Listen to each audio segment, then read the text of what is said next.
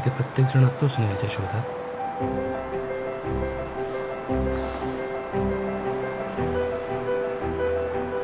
कोणाला ते लगेच गवसतं,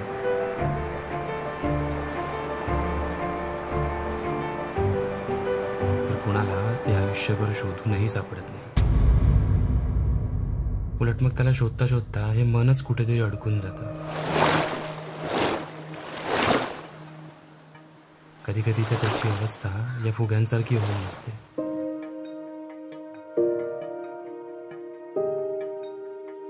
त्याची दोरी आपण नकळतच कोणा दुसऱ्याच्या हातात देऊन बसतो.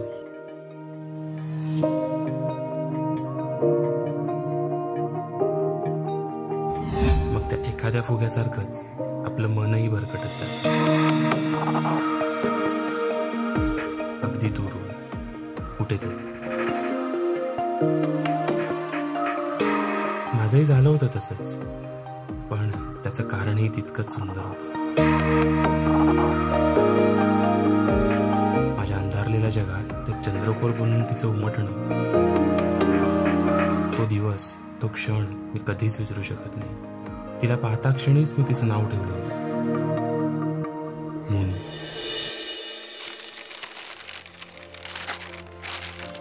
आणि ती तशीच होती.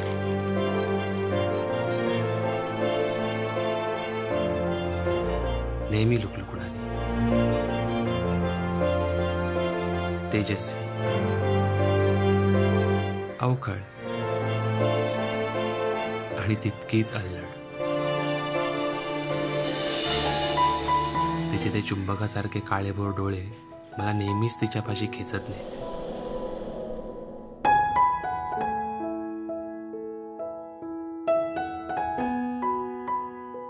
प्राजक्त उमलावा तसं तिचं ते हसू मला मात्र मोहरून टाकायचं, अगदी गुलमोहरासारखं. आणि मग तिच्या नकळतच तिचं ते हसणं मी वेचत राहायचो कितीतरी वेळ.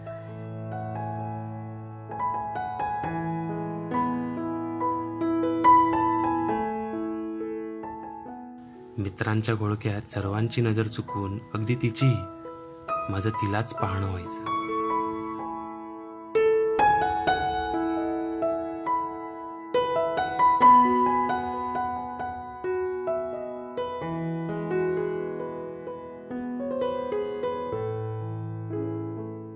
अधूनमधून जेव्हा केसांची एखादी बट ती कानामागे लपवायची, तेव्हा माझ्या गाल्यांवर अपसुकच खळ्या पडायच्या. गाभाऱ्यातल्या दगडाकडे ती डोळे बंद करून काय मागायची कुणास ठाऊक. पण मी मात्र उघड्या डोळ्यांनी त्याच्याकडे फक्त तिलाच मागायचो. तिच्याबद्दल मला वाटणाऱ्या या साऱ्याच गोष्टींना उधाण येण्याआधीच तिला कळायला हवंय. आणि म्हणून त्या रात्री मी माझ्या मनात रोरावणारा तो भावनांचा समुद्र कागदावर रिता करण्याचं ठरवलं.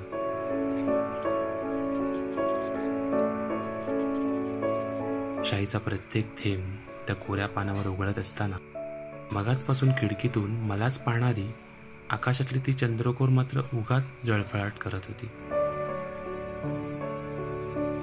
घड्याळाचे काटे जरा मागे फिरवले आणि कॅलेंडरची पानं जरा भूतकाळाच्या दिशेने उघडत गेलो की तो दिवस आणि त्या दिवसातली ती संध्याकाळ माझ्या डोळ्यांसमोर आजही उभी राहते, अगदी जिवंत. संपूर्ण रिकामा रस्ता, थोड्या थोड्या अंतरावर स्ट्रीट लॅम्पचा उजेड, आणि अधूनमधून तिच्या आणि माझ्यामध्ये उमटणारी ही एक अनामिक शांतता.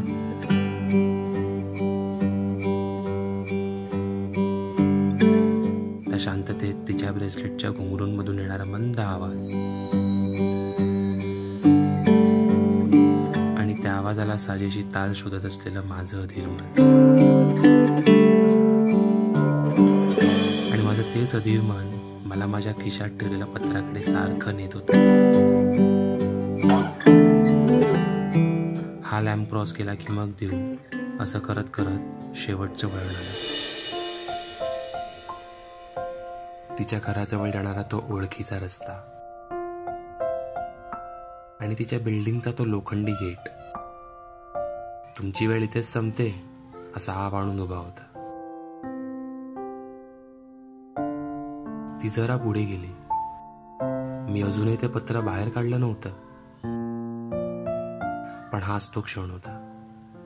मी तिला हाक मारणार इतक्यातच ती थांबली.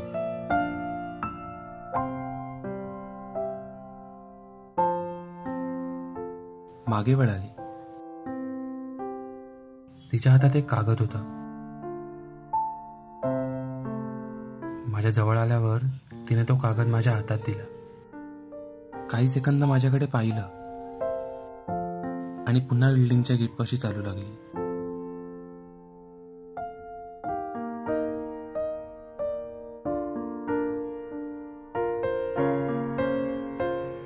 तिने एकदाही मागे वळून पाहिलं नाही. ती डोळ्यांसमोरून नाहीशी झाली.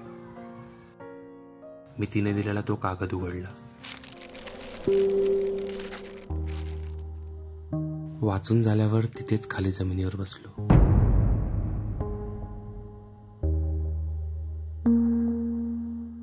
माझं पत्र बाहेर काढलं.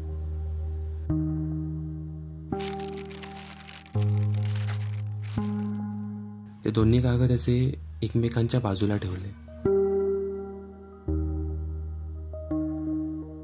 आमचं अक्षर वेगळं होतं. माझे स्वल्पविराम आणि तिचे पूर्णविराम तर त्याहूनही वेगळे. आमचे विचार वेगळे होते, आवडीनिवडी वेगवेगळ्या होत्या. इतकंच काय तर आम्ही ज्या व्यक्तींवर प्रेम करत होतो त्याही वेगवेगळ्याच. मी ते दोन्ही कागद उचलले आणि एकत्र केले. या कागदावर तरी आमच्या नावांना एकत्र येऊ देत, इतकाच काय तो पोरकट हेतू. त्या क्षणी बिल्डिंगच्या मागून आकाशात चंद्रकोर उमटलं.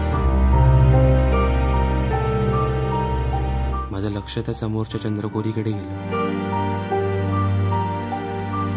आणि पत्राच्या सुरुवातीलाच तिच्यासाठी जे मी नाव ठेवलं होतं ते आपोआपच तोंडातून निघालं. मुनी.